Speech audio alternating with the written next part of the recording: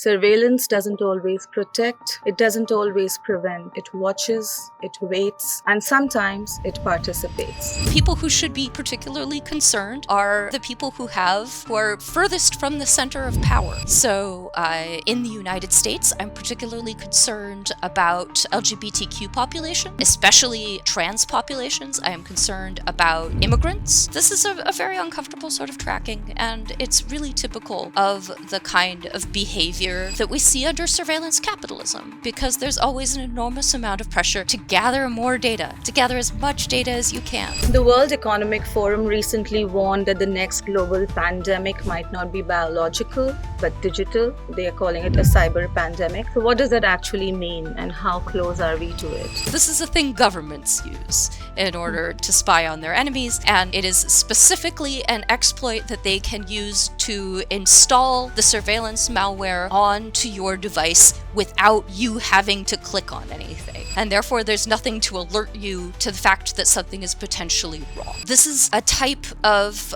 exploitation that feels particularly unfair. What is the first thing which you recommend someone should do if they suspect that they are being tracked or Stalkerware is being used on them? I mean, are there any safe tools or places where people can seek help? If you are running iOS, what you could do is you could pull up Safety Check, which is a mode which shows you all the different things that are running on your device. If I didn't think that privacy still existed and I did not think that it was important, I would have a very different job. If privacy really didn't exist, if privacy was dead, then people in power wouldn't have to keep trying to kill it. Good evening. We live in an age of immaculate visibility. Our phones are always listening, our searches are stored, and our silences are profiled. The world has never been more surveilled, and yet, strangely enough, it has never felt more unsafe. Because visibility, we are learning, is not the opposite of violence. Sometimes it is just the prelude. Surveillance doesn't always protect, it doesn't always prevent. It watches, it waits, and sometimes it participates. From borders to bedrooms, the same logic unfolds: track, predict, control. And in such a system, even love can become a weapon, even care can become a code. Eva Galperin, our guest tonight, has spent her life inside this contradiction. She's mapped how the tools of empire move into the hands of abusers, how spyware mimics intimacy, how a single password can become a siege. As Director of Cybersecurity at the Electronics Frontier Foundation, she's fought to outlaw Stalkerware, expose global surveillance firms, and help survivors reclaim their digital lives. This is thus just not a story about data. This is a story about dignity, a story about survival, about what we do with the things we know. This is Dark Matter, Bright Minds. I'm Pritha Kejriwal. Let's begin. Welcome, Eva. Hey there, thank you for having me. How have you been? Well, waving around at the general state of the world as well as can be expected under the circumstances. Well, to begin with, I feel it's quite ironical and extremely discomforting that we inhabit a world which is surrounded, and we are surrounded by an invisible architecture, code, algorithms, surveillance, woven so tightly into our lives we mistake it for air. And while it is the operating system of our reality, most of us don't even know what's running in the background. So I want to gently unpack some of the key ideas that shape our online lives. And so I just want to start by asking you, what exactly is the internet? Oh, well, that's actually fairly straightforward. The internet is simply a way of connecting a bunch of devices together to get them to talk to one another in order to share information. Usually when we think about the internet, we think about the publicly available internet. We don't think about intranets. We don't think about like VPNs and things like that. But the stuff that just about anybody can get to from anywhere. So that's fairly straightforward. All right. So who is watching us when we are online, if I can ask you? Well, It depends. For a really long time, most of our communications over the internet were not encrypted. So if you went to the World Wide Web, if you went to a website, which incidentally is not the entire internet, it is just a part of the internet, but it is the internet that you could get to using a web browser. It used to be that your communications on a web browser were unencrypted, and therefore they were visible to anyone else who was on the same network, or the people who ran the network. So the ISP that you were using to communicate, or if you are at a university, the people who are running your network at your university, or if you are in a coffee shop, everybody else in the network on at a coffee shop. And one of the things that's really changed in the last dozen or so years was that there's a protocol called HTTPS. S stands for secure. And originally, HTTPS was just used in order to send what they considered to be sensitive information. And so the people who invented the internet said, the only real sensitive information out there, passwords and your credit card information, because who would buy things on the internet if your credit card information could not remain private? One of the things that really came out of the Snowden revelations in 2013 was that the US government was essentially spying on all the rest of the communications in bulk, by including Americans' communications, which Americans get very upset about. They weirdly do not get upset about the idea that the NSA may be spying on the communications of innocent people all over the rest of the world. This is for legal reasons, but also for reasons having to do with empire. So it turned out that the US was spying on all unencrypted communications. And so there was a big push that we called Encrypt the Web.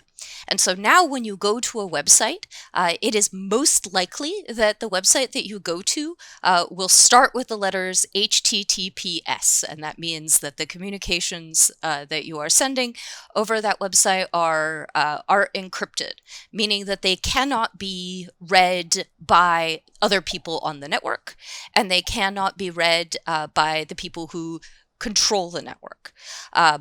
This is different from end-to-end encryption, which is the kind of encryption that you have on WhatsApp or Signal or Wickr or Threema.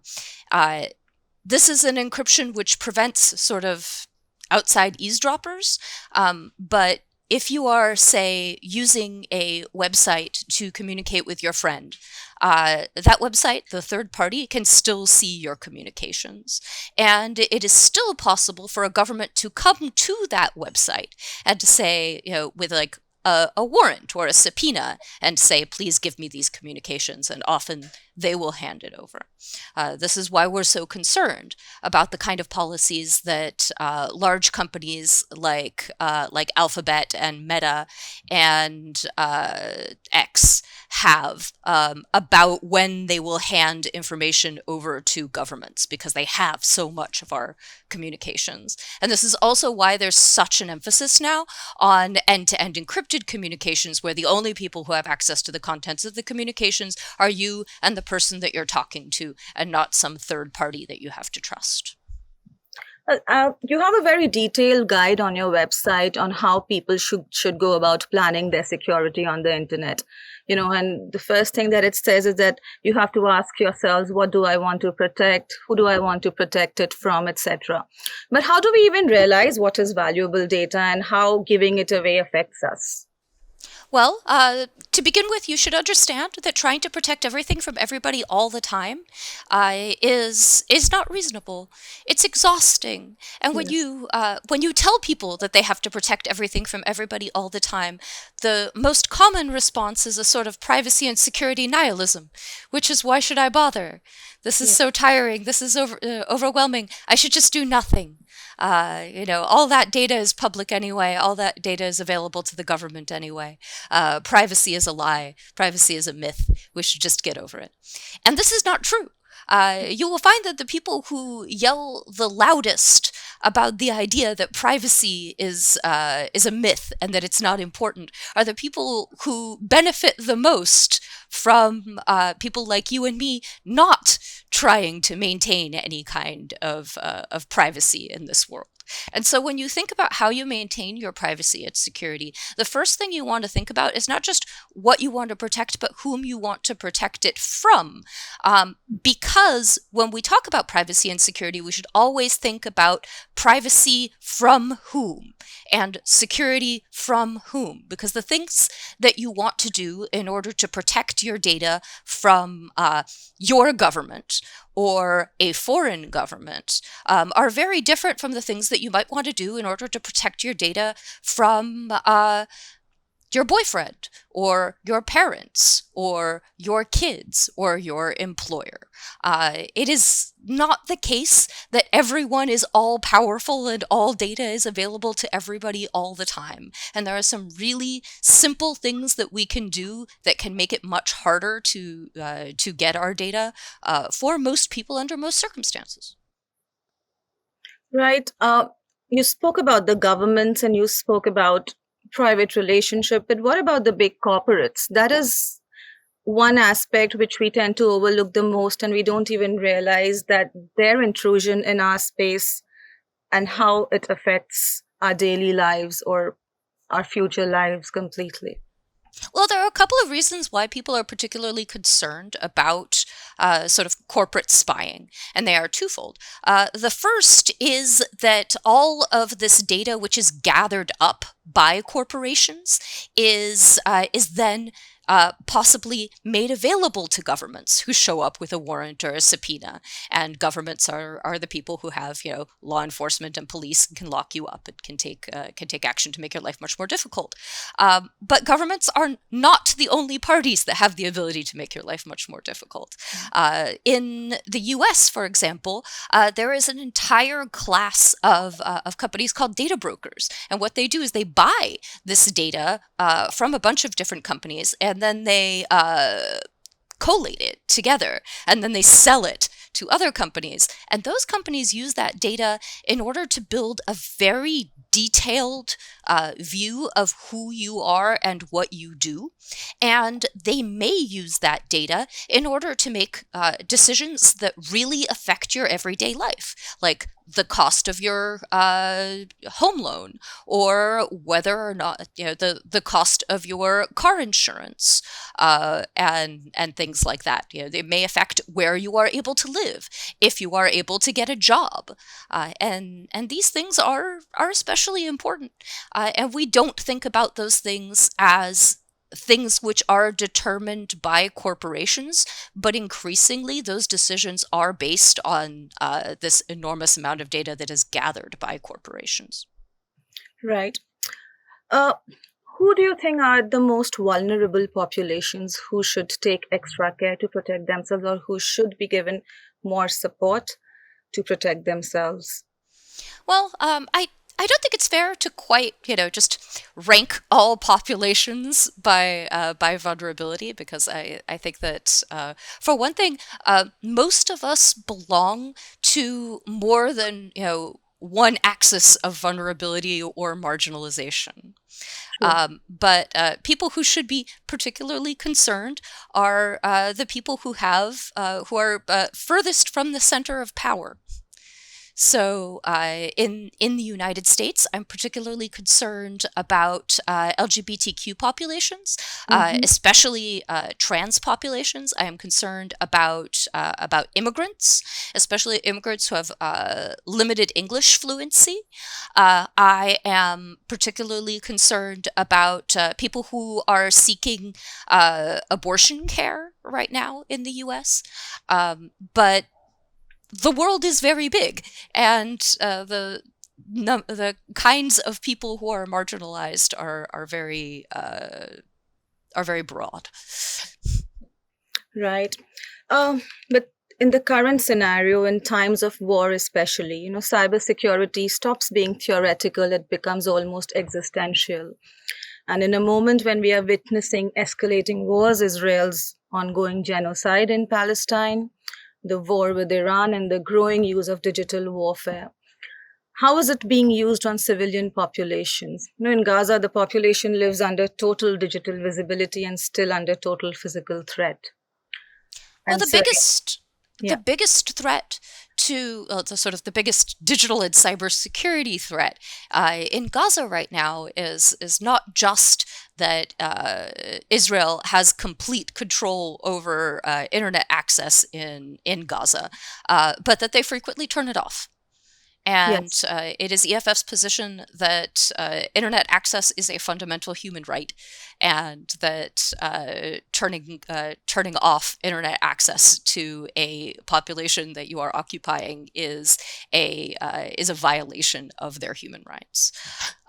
But we're also seeing a very interesting sort of there was an internet blackout in Iran just a couple of days ago, and it Hmm. turned out that it was the Iranian government actually turned off their own internet, Yeah. and they said that it was in order to protect their organizations and targets from Israeli cyber attacks. And Israel has a very long history of very sophisticated, but also kind of reckless and aggressive cyber attacks against anything that they consider to be a valid target, which is a really broad and questionable set of people and organizations. Would you be able to tell me a little bit more in detail about AI powered systems like Lavender or the Gospel uh, that were used in Gaza by Israel? I think that right now there's actually just a lot that we don't know about them. Okay. There's a lot of supposition and guessing, and so I would hesitate to sort of join the chorus of people who are not sufficiently informed, weighing in on systems that they have never seen or interacted with. Um, I do think it is a very serious problem if a government uses AI with no human in the loop in order to decide who to target for murder. Yes. I think that that is a very big deal. But on the other hand, if you see how the Israeli military has behaved with humans in the loop, I can't really describe it as a major improvement. So, do you think surveillance tools like spyware, facial recognition, or AI powered targeting systems should be regulated the way we regulate weapons? I don't think all of those things are comparable or equal to one another. Okay.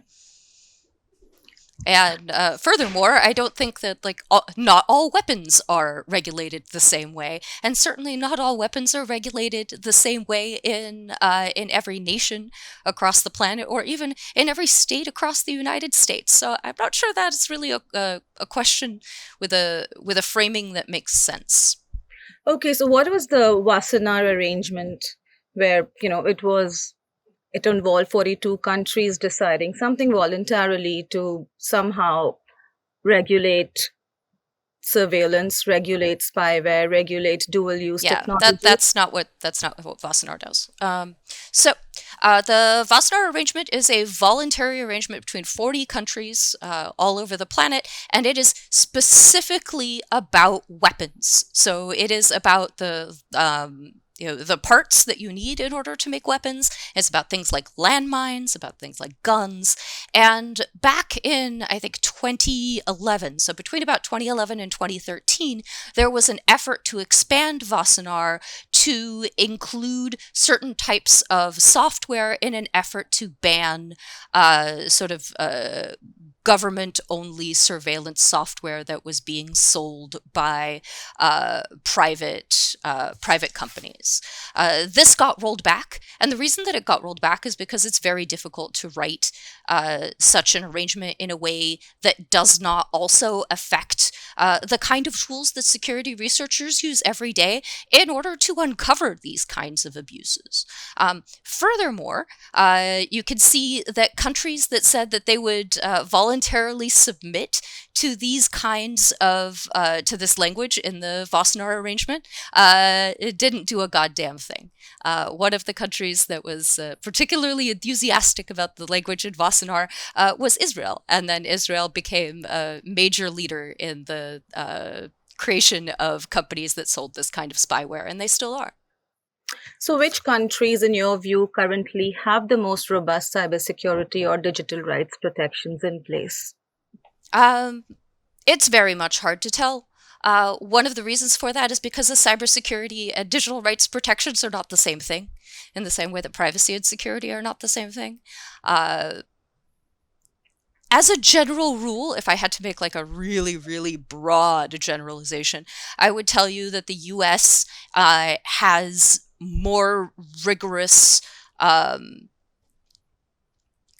a more rigorous framework when it comes to forcing companies to behave in such a way that they have better security, and that companies in Europe have legal frameworks that force them to be better on privacy. Having said that, you may notice that there are a bunch of European countries that have been buying the sort of state-only spyware, and have been, such as Italy and Greece and Poland, that have recently been caught using spyware from Paragon Solutions and NSO Group in order to spy on their political opponents and on activists and journalists. Even the Pegasus case had exploded in India a couple of years back, I think 2021. How do you think the response has been to the exposure, and then have the countries taken steps which have been adequate? Or Absolutely not. The countries in the European Union would very much like to be able to continue buying this sort of spyware. And so they make a lot of noises, but they very rarely do anything that limits their options. In the meantime, the U.S. has actually done a lot to sanction companies like NSO Group in the United States. And the reason for that is because the U.S. already has its own very advanced systems of spying. It has many people that it has already hired in order to build its own tools, and therefore they do not have to go to an Israeli company in order to get a turnkey solution. And it benefits the US if they live in a world in which other countries are unable to build these solutions, but the US can in fact build its own. So on one hand, I applaud the U.S. for being one of the few countries that has actually taken steps against these companies that are enabling human rights violations, but they're definitely doing it from a place of profound self-interest. Absolutely.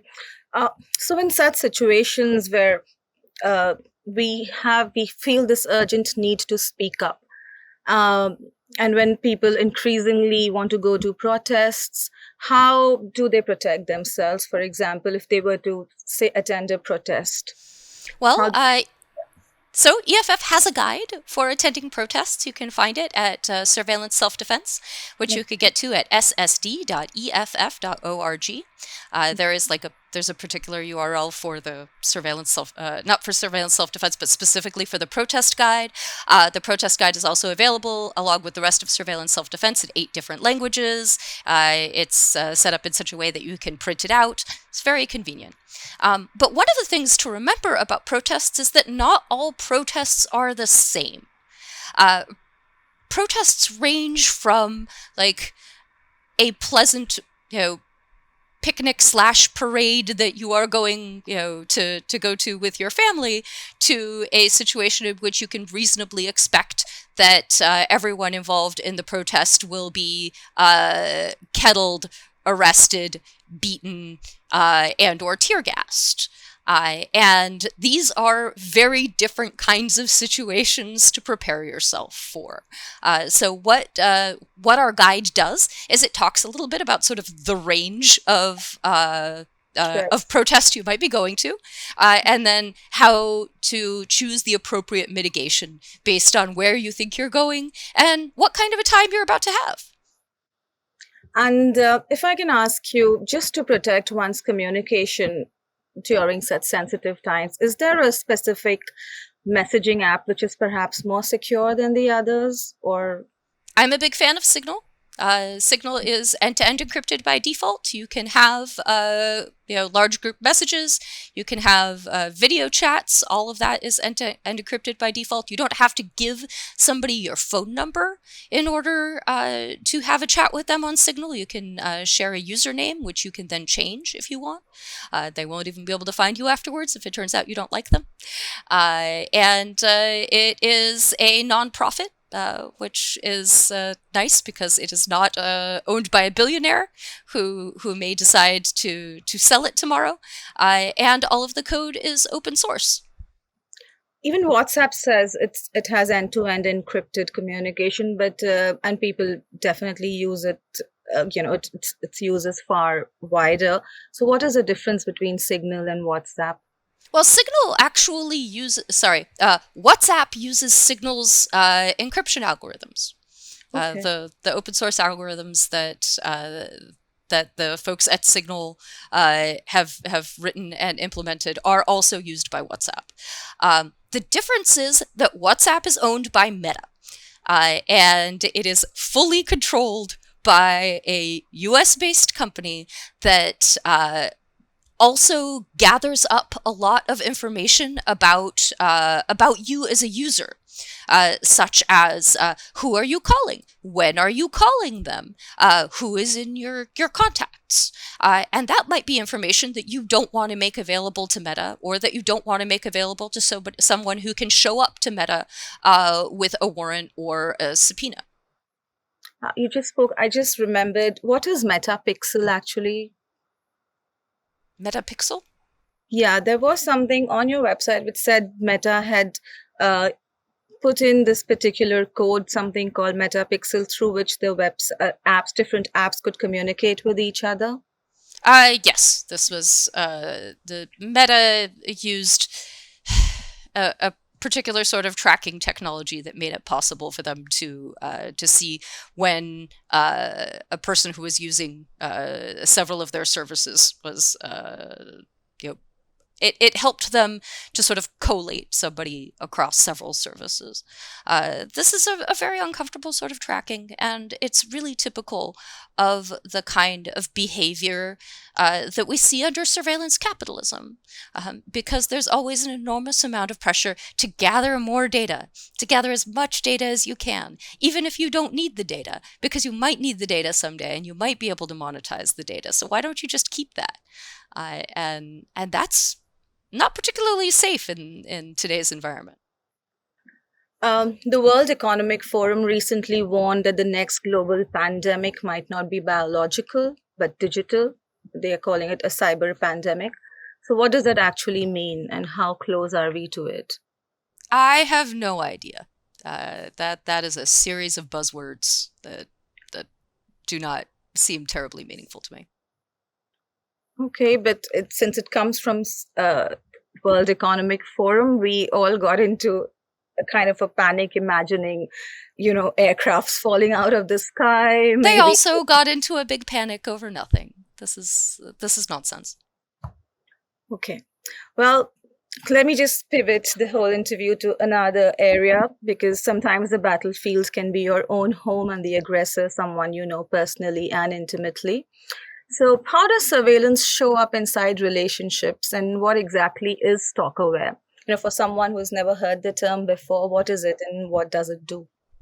So, one of the big problems with our homes and our sort of increasingly digitized everyday lives is that we're mostly using products that were designed by honestly, 30-year-old American software engineers living in Santa Clara. They're white, they're male, they wear hoodies. and they are creating software and platforms and products for people who are like them and whose lives resemble theirs. And so some of the big problems that we see are that all of these tools sort of assume that everybody has their own device that they don't share, that they Mhm. control all the time.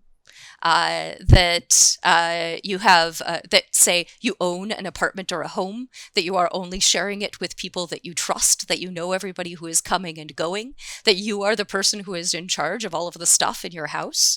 For that matter, it assumes you have stable internet, stable power, stable water, all kinds of other things that are simply not true in most of the rest of the world, and also assumes a sort of a way of living that is not true for, honestly, not white, not American, not middle class men. And this includes, for example, the entire population of women and non-binary people who are much more likely to be the person in the family who does not control all of the devices and all of the accounts and all of the stuff in the house.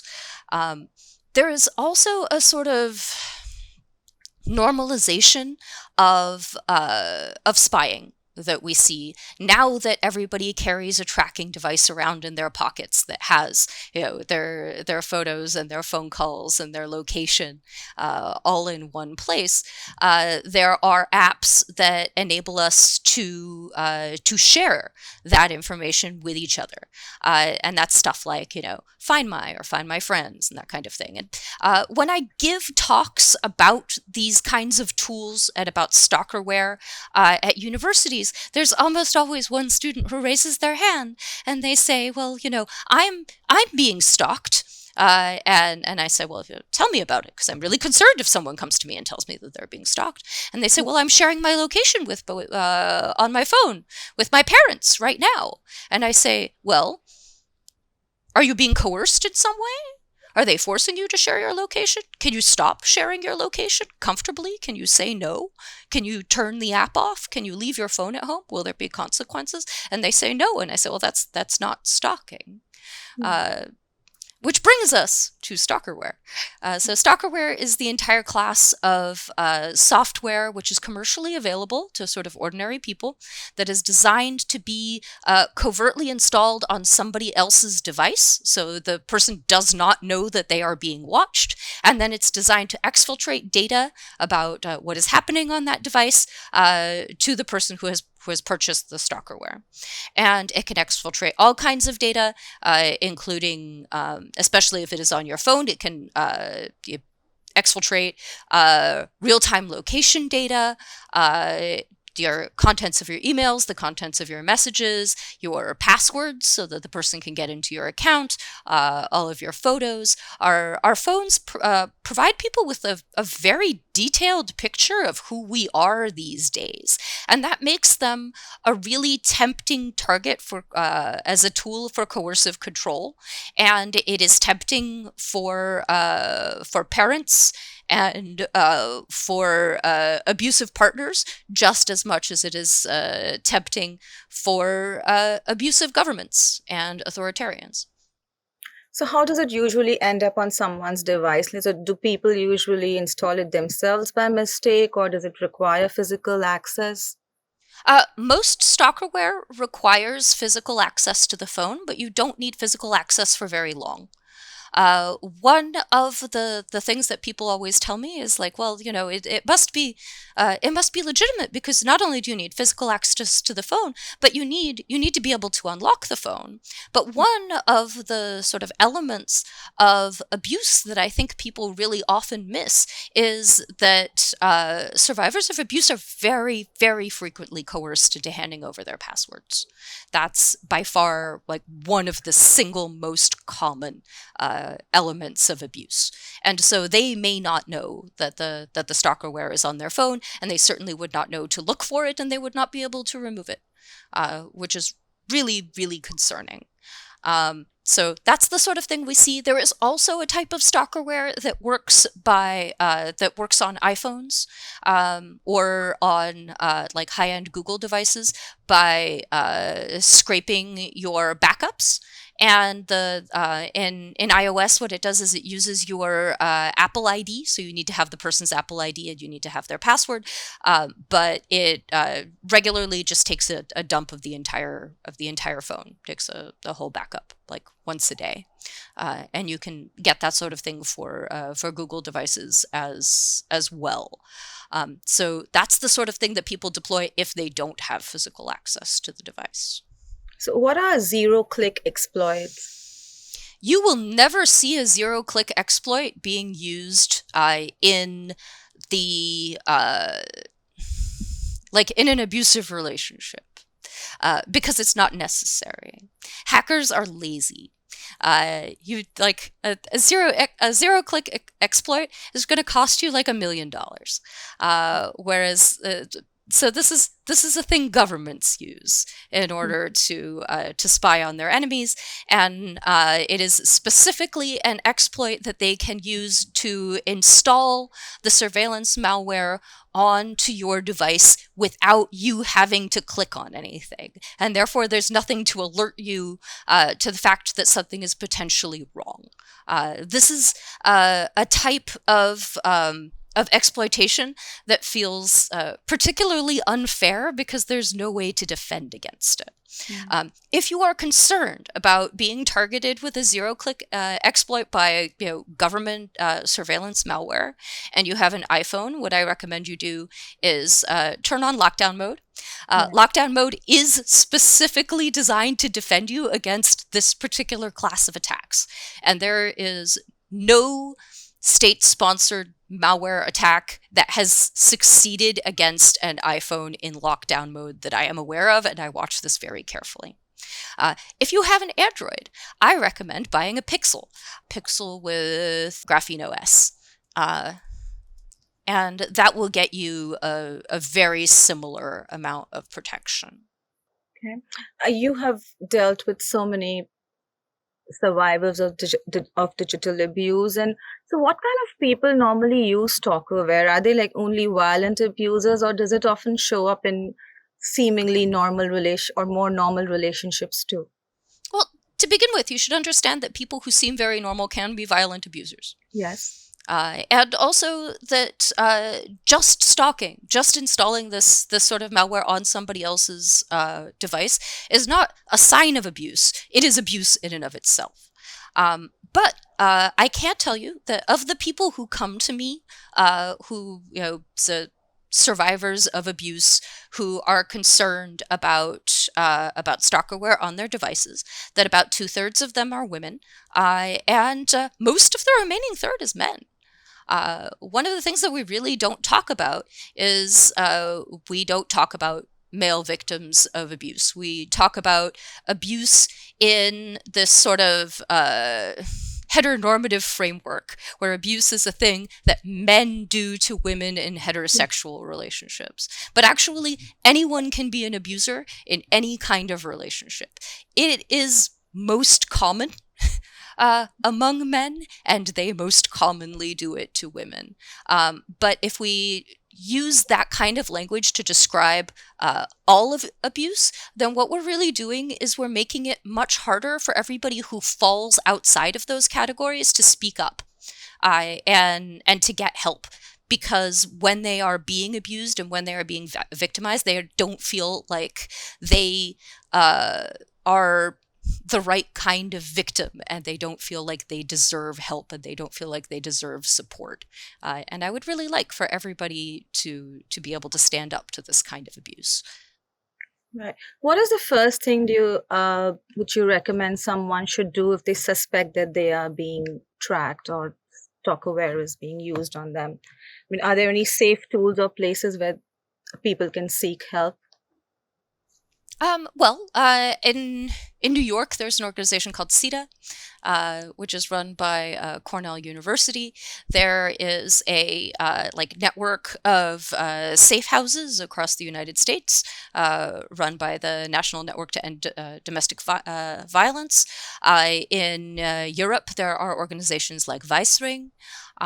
So many such organizations exist, but they often are they're kind of the people at the front that you are likely to talk to often don't feel super comfortable with technology, and so they may not always know what they need to know in order to detect stalkerware or that kind of abuse on your like tech-enabled abuse on your devices. One of the things that they often do is they just assume the worst. I know an organization that runs a series of safe houses that says basically like, don't bring your phone. Do not bring your phone to the safe house. Just like leave it behind. We're just going to assume that it has been compromised and not even look for it. Just leave it. Hmm. And that's certainly one way of approaching the problem. But if you are running an Android, there's a lot of there are a lot of antivirus tools that can potentially find these that can potentially find stalkerware. And if you are running iOS, what you could do is you could pull up Safety Check, which is a mode which shows you all the different things that are running on your device and who you are sharing them with, and that can often sort of flag something that looks suspicious. The other kind of electronic stalking that I'm particularly concerned about is stalking using Bluetooth-enabled devices. So Mhm. things like Tiles and Samsung Smart Tags and Apple AirTags. And the reason for that is because that will not show up on your device because it's a separate little device and they're very small and they're very easy to hide. What about smart cars that we have today? 'Cause that they have a lot of apps, etc., and they're constantly tracking your location and other information. Is that something to also be wary of? Yes, absolutely. They're especially now that cars are increasingly essentially cell phones on wheels. And in an abusive relationship, more often than not, the person who controls the car is the abuser. Um, they're the person whose name is on the title, they're the person whose name is on the Hmm. loan, and therefore they are often the person who controls like the app or that controls the car or that makes the payments to the car, or that can geofence the car, or turn the lights on and off, and that kind of thing. And I have definitely seen that used as a vector of harassment in abusive relationships. Is there any such thing as ethical monitoring in relationships, or is it always abuse, always about control? Monitoring with consent is ethical. And again, true consent is very difficult to get. You have to understand that the person who is consenting needs to be comfortable saying no. That is really the most essential element of kind of true and enthusiastic proper consent. It is not enough that they know what they are sharing and when they are sharing it with you, but they need to be able to revoke that consent at any time. So they need to be able to turn the app off, or leave the device at home, or uninstall the app whenever they want, and that is ethical. How can tech companies who are producing this stalkerware and probably often marketing it as dual use, maybe as parental control devices, etc., how can they be held responsible for the misuse of their products? Well, it's very difficult because often these companies simply shut down and then pop up somewhere else. So it's really hard to find the people who are responsible.